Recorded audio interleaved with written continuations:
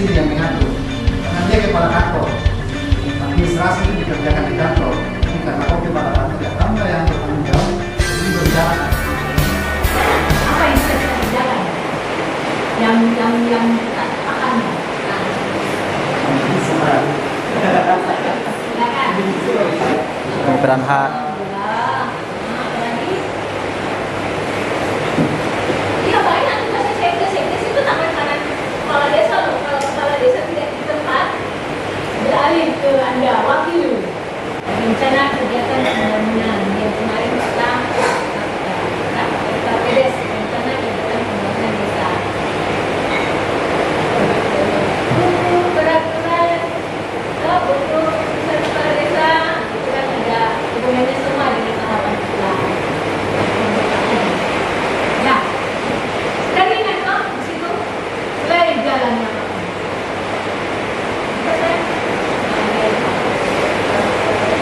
Layanan.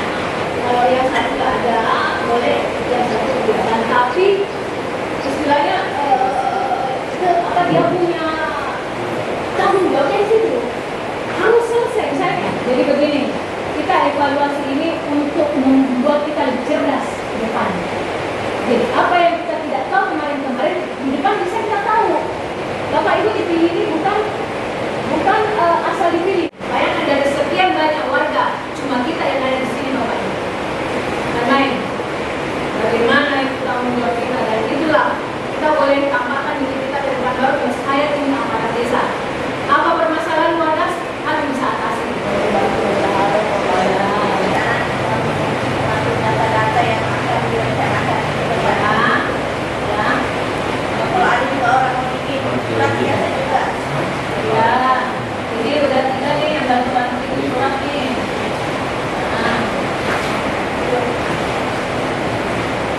Oke, kalau perencanaan harus terlibat di situ. Perencanaan, nggak tahu mereka. Ya, lagi luput dari fungsinya. Karena begini, perencanaan. Kita minta data ke Kadus. Kadus, ini Pak Kadus ini, Pak Kadus, wakilnya Kadus saya kan. Harus ada data-data di desa di dusun tak. Ini jalan ini. Kan ada di RPDMS itu kita kemarin itu melakukan apa istilahnya itu kita membuat pengkajian masalah. Mungkin masih ingat pengkajian masalah di setiap dusun bahwa di lorong ini dekat rumah Haji ada drainase mau diperbaiki. Di sini jalannya jelek. Itu harus kita punya Pak Kadus. Kita harus perencanaan. Makan itu. Oh ya. Jadi saya harus memahami setiap kegiatan-kegiatan yang mau dikerjakan ini setiap tahunnya. RPDMS kita boleh buka itu apa semua itu di dalam kemarin perencanaannya yang nampak ke depan kepala desa gue. Kita bisa masuk di situ deh. Bukan lagi satu orang yang bertanggung jawab, bukan lagi satu bendahara yang menjawab semua pertanyaan. Insya Allah bisa kita kerja dengan baik. Jadi kita bisa keluar dari zona yang tadi, yang dimana bisa dimasukkan ke dalam zona yang nyatanya bukan tidak beres ya, tapi entah apa juga saya sempat bertanya. Ini undang-undang desa dan itu sudah 2 kali di amandemen. Pertama itu amandemen Peraturan Pemerintah Nomor 47 Tahun 2015 dan terakhir di amandemen Peraturan Pemerintah Nomor 11 Tahun 2019. Ini tentang bagaimana kita menjalankan ini desa. Jadi itu diatur. Makanya saya bilang tadi, kepala desa diatur, aparat apalagi. Kalau kita melenceng dari aturan-aturan itu, itulah kenapa banyak kepala desa ditangkap. Makanya untuk menghindari itu, saya sangat berharap bahwa kalau bisa kita ini disadapkan harus berjalan sesuai dengan real obligasinya itu desa. Bagaimana itu? Jadi pertama, makanya ini saya membacakan posisi saya sebagai kepala desa. Ya, jadi kedudukan, tugas dan wewenang kepala desa. Pertama, apa kedudukan kepala desa? Adalah kepala pemerintahan yang memimpin penyelenggaraan pemerintah. Itu adalah kedudukan kepala desa. Kemudian apa tugas kepala desa? Kepala desa tugasnya adalah memastikan bahwa pemerintahan ini berjalan. Satu. Kemudian yang kedua, melakukan pembangunan di desa. Kemudian yang ketiga, melakukan pembinaan ke masyarakat dan melakukan pemberdayaan masyarakat. Kemudian yang keempat, kelima adalah menjaga mitra-mitra lembaga-lembaga yang ada. Itu tugas kepala desa. Jadi kalau undang-undang yang mengatur tentang pengangkatan dan pemberhentian kepala desa itu Permendagri nomor 83 tahun 2015, kemudian Permendagri nomor 84 tahun 2015 bicara tentang bagaimana itu aparat bekerja. Kemudian juga Permendagri menjelaskan Undang-Undang nomor 47 tahun 2016 bicara tentang bagaimana itu desa diselenggarakan. Ada ketentuan-ketentuan, ada tugas-tugas yang harus kita laksanakan. Nah, ini yang harus kita laksanakan. Makanya ini yang saya mengajak kepada kita semua. Sebenarnya saya berharap ini semuanya harus hadir. Karena sekali lagi ini kita mau berdiskusi dan mengevaluasi sambil belajar bersama ya. Jadi bagaimana itu desa harus berjalan sesuai dengan Permendagri nomor 47 tahun 2016. Maka ada pembukuan yang harus dikerjakan oleh desa. Yang itu dibebankan kepada kepala desa. Kepala desa, jalankan sistem pemerintahan dari 4 tugas tadi kepala desa 5. Salah satunya ada pemerintahan. Apa itu pemerintahan? Ini isinya. Pemerintahan adalah menjalankan semua administrasi yang ditetapkan dalam undang-undang peraturan Permendagri. Ini yang saya mau sebenarnya ini hari kita sharing. Pokoknya bagaimana caranya supaya jalan ini pemerintahan Pak. Contoh misalnya satu, negara memberikan wewenang kepada kepala desa untuk mengangkat yang namanya sekretaris desa. Nah, apa itu sekretaris desa? Sekretaris desa dengan kepala desa adalah pembantunya kepala desa. Segala sesuatu urusannya kepala desa harus paham sekretaris desa, karena dia yang menggantikan posisi kepala desa. Bahkan kalau di struktur pemerintahan, kepala desa dengan sekdes yang bertanggung jawab, yang disebut dengan kepala kantor, yang mengurusi di kantor jalan atau tidak, semua tugas-tugas berjalan dengan tidak, yaitu kepala sekdes, bukan kepala desa. Jadi sekdes itu adalah kepala kantor. Jadi bukan kepala desa yang berkuasa di kantor, yang mengatur di kantor itu harus sekdes. Ya, itu tugasnya sekdes. Dan memastikan semua anggota mengerjakan tugas-tugasnya sesuai dengan tugas tak ini sesuai dengan Permendagri ya. Ini yang harus kita mau selesaikan. Makanya saya sangat berharap ini hari seandainya bisa kita langsung praktek saja. Jadi saya berdiri biar agak enak ya macam-macam. Nah, itu harusnya dibuatkan peraturan. Itu yang disebut dengan peraturan. Inilah tugasnya BPD. Jadi kita bersama BPD bahas dulu kami ini, selesaikan nih bagaimana bahasan supaya bagus. Kita tinggal belajar misalnya desa-desa lain. Sistem ekonomi kita misalnya di sini hampir 90% petani. Mestinya ada aturan dari desa bagaimana kita bertani, karena kalau kita mau bertani sesuai dengan mau tak masing-masing, bagaimana ini jadinya kampung.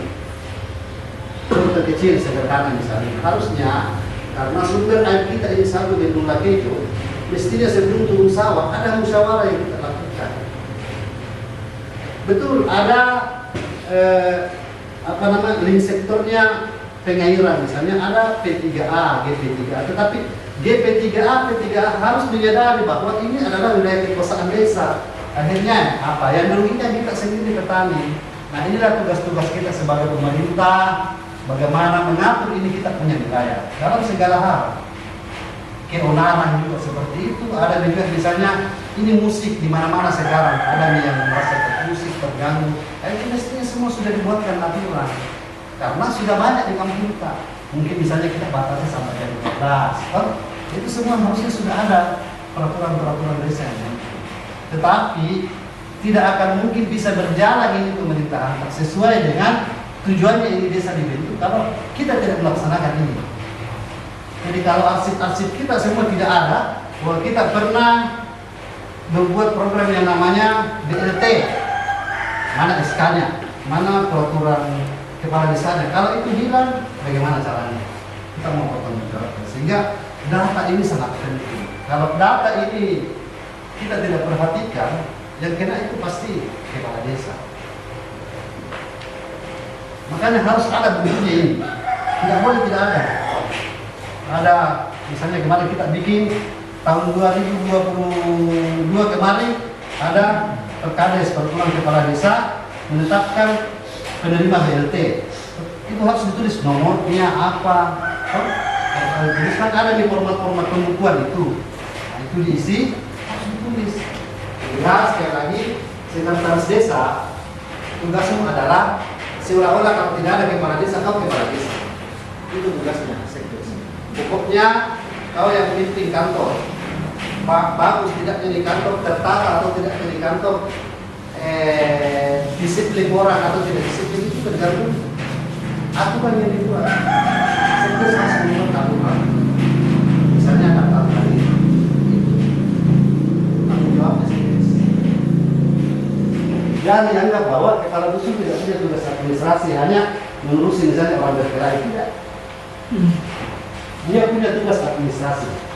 Dia harus punya buku data dan kegiatan pemerintah di wilayah. Jadi semua proyek yang masuk di dusunnya itu adalah wilayah ekosanta. Insya Allah apa yang kita lakukan ini ya semakin susah kita ya, semakin banyak juga pahala yang kita dapat karena ini adalah pengabdian. Kalau di konsepnya Nahdlatul Ulama itu ya siapa yang mengabdi kepada bangsa sebagian daripada itu. Apalagi tugas kepala dusun, buku data kegiatan pembangunan di wilayah itu tadi. Pokoknya kalau ada proyek masuk koordinasi dengan kepala dusun di wilayah. Apalagi bintang lagi yang selalu ada yang di setiap kali harus berkoordinasi sama kepala dusun. Betul bahwa ada yang punya wewenang kekuasaan, tapi etika, ya kamu harus menghormati komunitas setempat. Walaupun kau mungkin pelaksana, tetapi paling tidak ada koordinasi. Saya mau kita berkomitmen ini hari. Kalau tidak berkomitmen ini hari, kita tidak siap ini melayani masyarakat kita. Terus kan?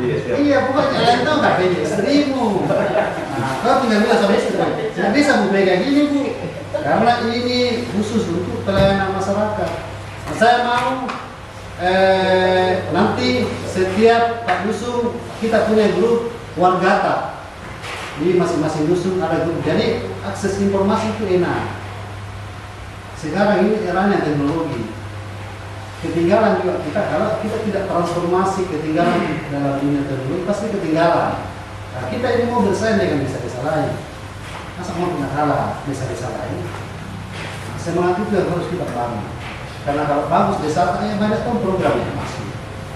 Makanya saya bilang Pak Sekdes di sini sekarang.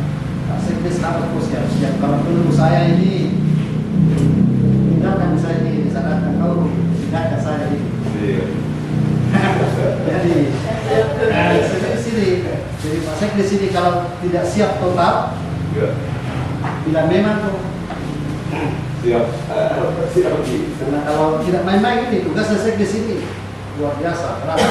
Itu pun dengan ya ini tugasnya Pak Sekdes memastikan bahwa setiap tanggung jawab ini semua sudah punya kebutuhan, ya. Dan kepala desa, Pak Sekdes ini yang mengatur, karena dia kepala kantor. Administrasi itu dikerjakan di kantor. Jadi karena kau kepala kantor ya kamu lah yang bertanggung jawab ini berjalan atau tidak.